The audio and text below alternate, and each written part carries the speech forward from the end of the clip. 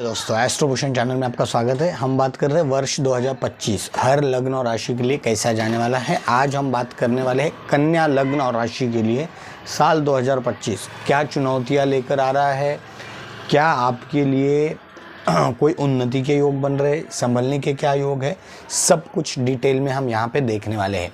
यहाँ पे मैंने ये जो कुंडली बनाई है ये कन्या लग्न की कुंडली है। लग्न यानी इस भाव, ये प्रथम भाव को लग्न कहते हैं। इसमें 6 नंबर लिखा है तो ये कन्या लग्न की कुंडली है। और कुंडली में कहीं भी 6 नंबर के साथ चंद्रमा लिखा है तो आपकी राशि कन्या हुई। लग्न को हमें 70 से 80% इंपॉर्टेंस देना है, 20 से 30% जो है वो राशि को देना है। तो अभी हम देखते हैं कि कन्या लग्न राशि के लिए क्या 2025 कुछ खुशखबरी लेकर आ रहा है या नहीं आ रहा है। देखिए 2 पार्ट में हम इसको देखने वाले ये पूरे साल को, मार्च तक और अप्रैल जो एक ट्रांजिशन फेज है, बिकॉज अप्रैल में शनि भी ऑलमोस्ट एंड ऑफ मार्च या अप्रैल में ही ट्रांजिट कर रहा है। तो अप्रैल में अगर हम कहें तो शनि, गुरु, राहु, केतु चारों भी मेजर प्लैनेट जो है वो अप्रैल मतलब मई में हो रहे हैं, गुरु, राहु, केतु, और अप्रैल में हो रहे हैं शनि। तो अप्रैल को हमने एक ट्रांजिशन फेज का मंथ कंसिडर किया है। तो इस हिसाब से हम क्या कर रहे हैं कि ये मई से ये रिजल्ट देखेंगे, मार्च तक ये देखेंगे, अप्रैल को हम ट्रांजिशन फेज देखेंगे। यानी ये बहुत सारे लोगों को ये पता नहीं रहता कि मेरी राशि क्या है, लग्न क्या है। तो उन्होंने जो है अप्रैल जो मंथ है उसको उन्होंने ओनली ऑब्जर्व करना है कि हमें क्या चेंजेस मिल रहे हैं, हमारी लाइफ में क्या परिणाम हो रहे हैं, और उसके हिसाब से वो अपनी आगे की जो रणनीति है वो तैयार कर सकते हैं। अभी मार्च तक जो है कोई भी प्लानिटरी पोजीशन, बड़ी प्लानिटरी पोजीशन कोई चेंज नहीं हो रही। जो चारों मेजर प्लानिट है वो जहाँ चल रहे हैं, अभी जहाँ पे है वैसे ही वो चलने वाले हैं। हालांकि गुरु वक्री परिस्थिति में है, वो वैसे ही चल रहे, उसी भाव में चलने वाले हैं। तो हम इसको शॉर्टकट में एक बार डिस्कस कर लेते हैं। देखिए गुरु जो है वो आपके भाग्य भाव, पिता के भाव में है। भाग्य का सपोर्ट गुरु ने देना चालू किया है। पिता के साथ आपके जो रिश्ते हैं वो सुधरने चालू हुए। बहुत सारे लोग इस टाइमिंग में, कुछ लोगों ने ऑलरेडी अक्टूबर के बाद से मतलब उन्होंने कर भी लिया होगा। कोई धार्मिक यात्राएं हो सकती है, नहीं हुआ है तो मार्च तक वो संभव होगा। बहुत दिनों से जिनकी जो इच्छा थी वो धार्मिक स्थलों की यात्राएं इस टाइमिंग में गुरु आपको करवा सकते हैं। उसके बाद में केतु आपके फर्स्ट हाउस में चल रहे हैं, वो मई तक रहने वाले हैं। बहुत सारे लोगों के लास्ट 1 साल में बहुत सारे डिसीजन गलत हुए हो सकते हैं, बिकॉज उनके जो डिसीजंस थे वो केतु के कंट्रोल में थे। केतु इल्यूजन है, आप जो सोच के डिसीजन लिए थे वो वैसे नहीं, उसके रिजल्ट, परिणाम उसके विपरीत हुए होंगे। आप बहुत सारे लोगों को ये रिजल्ट मिले होंगे। राहु सप्तम भाव में है, इस राहु ने बहुत सारे पार्टनरशिप्स ब्रेक किए होंगे, गलत पार्टनरशिप्स आपको मिले होंगे। विवाह, बहुत सारे लोगों के विवाह में भी कोई ना कोई दिक्कतें आई होगी इस टाइमिंग में। शनि 6ठे भाव में थे, शत्रुओं को आपने परास्त किया होगा। रोग, ऋण, शत्रु, जॉब को भी इस शनि ने आपके सिक्योर किया था। खुद की राशि में थे शनि, मेहनत करवाई होंगी लेकिन जॉब को आपको जॉबलेस नहीं होने दिया है। जॉब गई भी होगी तो दूसरी जॉब मिली होगी, लेकिन मेहनत डबल करवाई होगी। और आपने आपके जो भी शत्रु, जो निगेटिविटी थी उसके ऊपर भी कंट्रोल लिया होगा।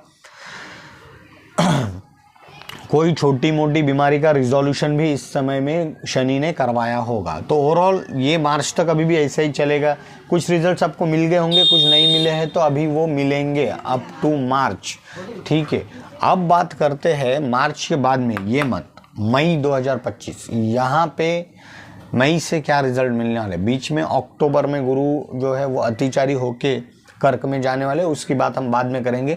अभी क्या रिजल्ट मिलने वाले, सबसे पहले देखते कि प्लैनेटरी पोजीशंस क्या चेंज होने वाले। मिड ऑफ मई में क्या होने वाला है, गुरु 9वें भाव से 10वें भाव में जाने वाले, आपके 10वें भाव में कर्म स्थान में जाएंगे। शनि 6ठे भाव से यहाँ पे जाएंगे 7वें भाव में, और राहु जो है वो 7वें से 6ठे में आएंगे। केतु जो है वो लग्न से निकल के व्यय भाव में जाएंगे। तो ये 4 ग्रह इस तरह से चेंज होने वाले हैं। एक एक करके बात करते हैं। सबसे पहले शनि, बिकॉज शनि 30 मार्च को ट्रांजिट कर रहे हैं, शनि की बात पहले करते हैं। शनि देखिए 7वें भाव में जब आएंगे, ये जो स्थान है ये अपना लाइफ पार्टनर, और आपका बिजनेस पार्टनर, इसका ये स्थान है। पार्टनरशिप्स जो है यहाँ पे शनि आपको, जो पुरानी पार्टनरशिप चल रही होगी, देखिए दोनों भी लोग कोई ना कोई, दुनिया का ये रिवाज है, एडजस्टमेंट हर जगह पे है। अब यहाँ पे आपकी पार्टनरशिप बहुत सालों से चल रही थी, दोनों पार्टनर कोई ना कोई एडजस्टमेंट करके चला रहे थे, बट दोनों में भी डिस्प्यूट थे, शनि वो सामने लाएगा।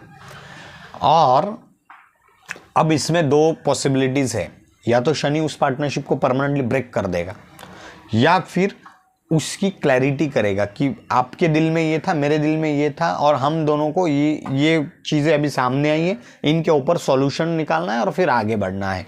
दोनों भी पॉसिबिलिटी बनती है।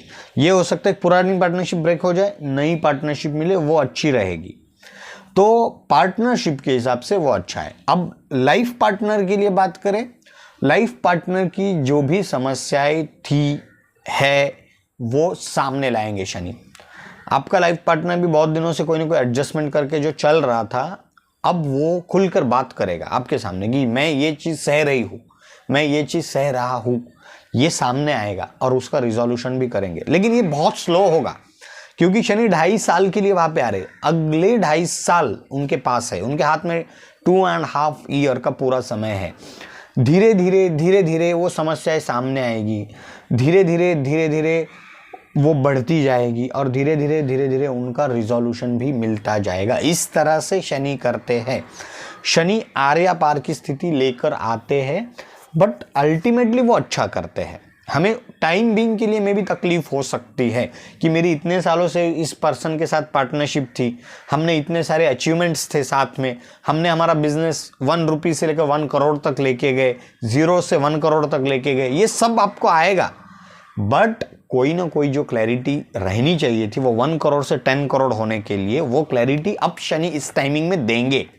तो उस तरह से शनि की ये पोजीशन आपके लिए सही है।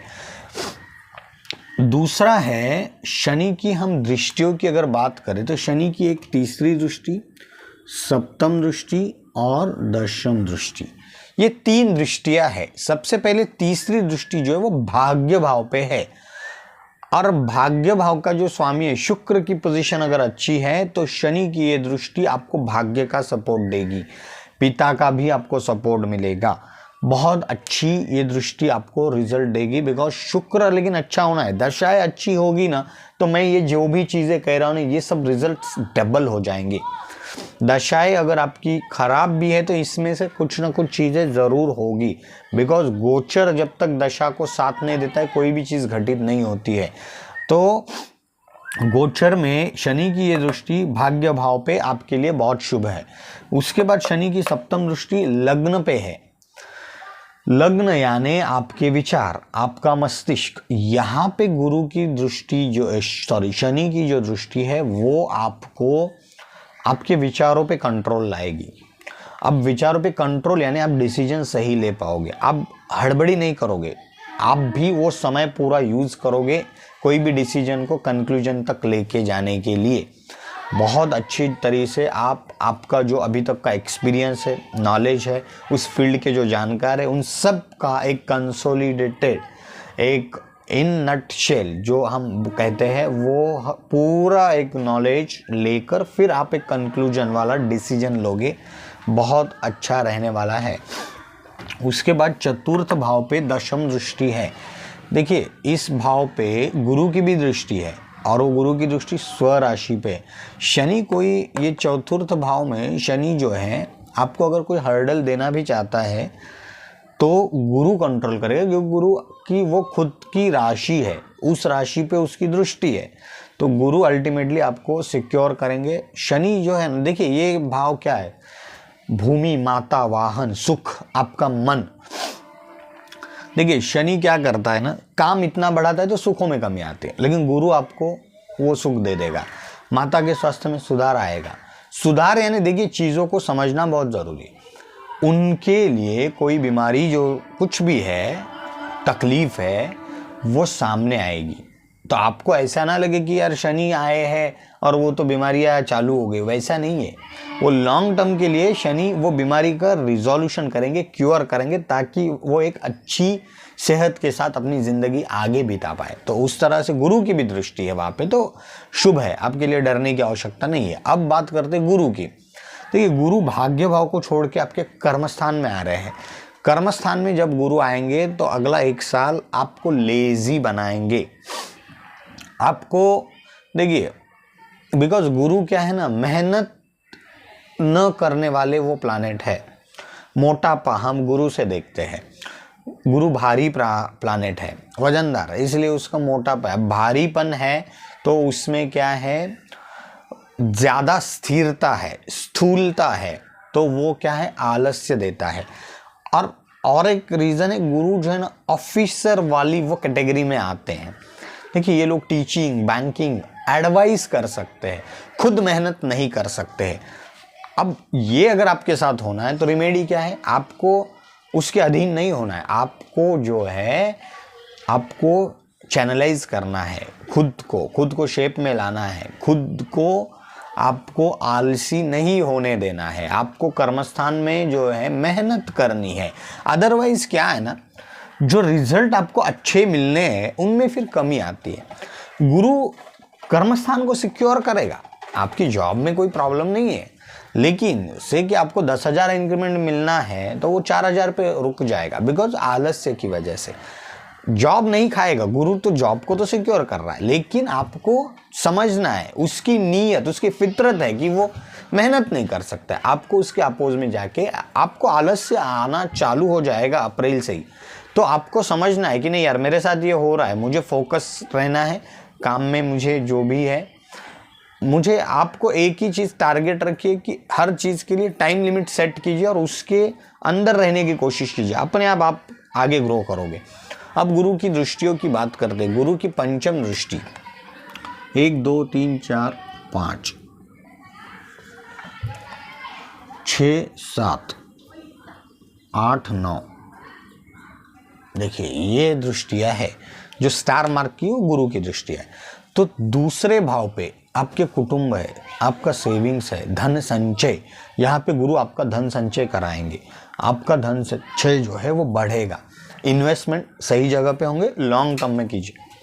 कुटुंब के साथ मिलना आपको चालू हो जाएगा, फैमिली मेम्बर्स आपके साथ रहेंगे। आपके कोई भी डिसीजंस है, आपके कोई भी ओपिनियंस है, उसको वो लोग सपोर्ट करेंगे। आपकी जो स्पीच है वो इन्फ्लुएंसिंग हो जाएंगी, लोग सुनने की मतलब कोशिश करेंगे, सुनना चाहेंगे, सुनना पसंद करेंगे।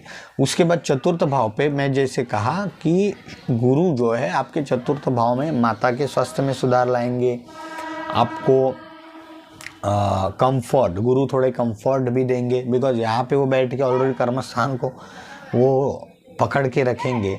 आपकी नीयत कंफर्ट की तरफ जाएगी, लेकिन वो आपके ओवरऑल किसी के लिए भी शांत बैठना ये अच्छा नहीं होता है। तो आपको जो है कर्म पे फोकस करना है। लग्जरी के साथ आप जो है मतलब कर्म के साथ लग्जरी को एंजॉय कीजिए, वही मंत्र है आपके लिए। उसके बाद यहाँ पे छठे भाव पे गुरु की 9वीं दृष्टि है, जहाँ पे राहु है। राहु इस स्थान को डैमेज कर सकता है, लेकिन वहाँ पे गुरु की दृष्टि बचाएगी। थोड़ा डैमेज तो राहु जो है वो कर सकते हैं। आपका जो रोग ऋण शत्रु वाला जो स्थान है, तो कोई बीमारी राहु लेके आ सकते हैं, कोई पेट से संबंधित, गैसेस से संबंधित ऐसी बीमारियां हो सकती है। और गुरु भी वहाँ पे जो आप थोड़े से खान पान पे आपको ध्यान देना ज़रूरी है। लालच में आके कोई भी आपके जॉब में कर्जा मत लीजिए, अदरवाइज वो चुकाना भारी पड़ सकता है। तो ये था गुरु के लिए। अब बात करते राहु। हम राहु के लिए ऑलरेडी बात की, कर्जा आपको नहीं लेना है, ज़रूरत नहीं है तो बिल्कुल मत लीजिए। अगर ले रहे हैं तो किस पर्पज़ में ले रहे हैं, पर्पज़ क्लियर रखिए, उधर ही उसे यूज़ कीजिए। अदरवाइज़ देखिए, आपको जो ले रहे हैं पर्सनल लोन मत लीजिए, क्योंकि वो आप कहीं भी यूज़ कर सकते हैं। तो ले रहे हैं तो जिस पर्पज़ में ले रहे हैं वो थोड़ा ध्यान में रखिए। राहु यहाँ पे आपके जो मामा के साइड की जो रिलेशंस है उनमें भी थोड़ी कटुता ला सकता है। हो सके तो थोड़ा दूरी ही बना के रखिए, ताकि वो रिलेशन जब राहु चले जाएंगे उसके बाद वो बॉन्ड बनते रहेगा। और केतु जो है वो व्यय भाव में है, विदेश के स्थान में है। विदेश में अगर आप जाना चाहते हैं, ध्यान रखिए, डॉक्यूमेंट्स की क्लैरिटी रखिए। आप जो सोच रहे हैं वो वहाँ पे ऑलरेडी जो लोग सेटल्ड है उनके साथ डिस्कस कीजिए कि सही में आप जिस पर्पज़ में जा रहे हैं वो पर्पज़ वहाँ जाके सिद्ध होगा या नहीं, वो पर्पज़ फुलफिल होगा या नहीं, हम वो अचीवमेंट्स कर पाएंगे या नहीं। बिकॉज केतु इल्यूजन देगा, आपको लगेगा कि ये होगा, सही में होगा या नहीं वो वहाँ पे जो लोग बैठे हैं उनके साथ डिस्कस कीजिए। और अदरवाइज हो सके तो आप मई से लेकर अगला मई जून तक थोड़ा इस चीज़ के लिए, मई जून नहीं अगला मतलब 2026 एंड तक मैं कहूँगा, आप थोड़ा सा मतलब मिड ऑफ 25 से लेकर एंड ऑफ 26 थोड़ा सा अवॉइड कीजिए अगर पॉसिबल है तो। अदरवाइज केतु थोड़ा हर्डल दे सकते हैं। हाँ, बीच में दशाएं वगैरह आपकी सही है तब तो चीज़ें चेंज हो जाएगी, लेकिन दशाएं भी ख़राब है तो विदेश के लिए सही में आपके लिए योग कोई खास बन नहीं रही है। तो ओवरऑल अगर देखा जाए तो कन्या लग्न और राशि के लिए समय अच्छा है, गुरु की पोजीशन अच्छी है, शनि की पोजीशन अच्छी है, राहु भी ठीक है, केतु थोड़े से डिफिकल्ट है बिकॉज राहु इस स्थान में थोड़े से, ये वायु तत्व की राशि है, वहाँ पे राहु जो है वो, राहु भी देखिए छाया ग्रह, अदृश्य ग्रह, दिखते नहीं है। और कुंभ जो है एक वायु तत्व की राशि है, हवा हमें दिखती नहीं है, राहु भी वैसे ही है, गुमनाम है, वो कहीं तो ऊपर है, तो वो सब चीज़ें हैं। तो राहु वहाँ पे खुद को कंफर्ट महसूस करते हैं। देखिए राहु के लिए बेस्ट पोजीशन तीसरा, छठा और 11वां भाव, ये बेस्ट पोजीशंस रहते हैं। अब गोचर का राहु छठे भाव में तो अच्छा है, सिर्फ केतु थोड़ा ले आपके लिए हर्डल ला सकता है। तो विदेश के लिए थोड़ा खर्चों पे कंट्रोल रखिए, केतु खर्चे भी बढ़ा सकता है।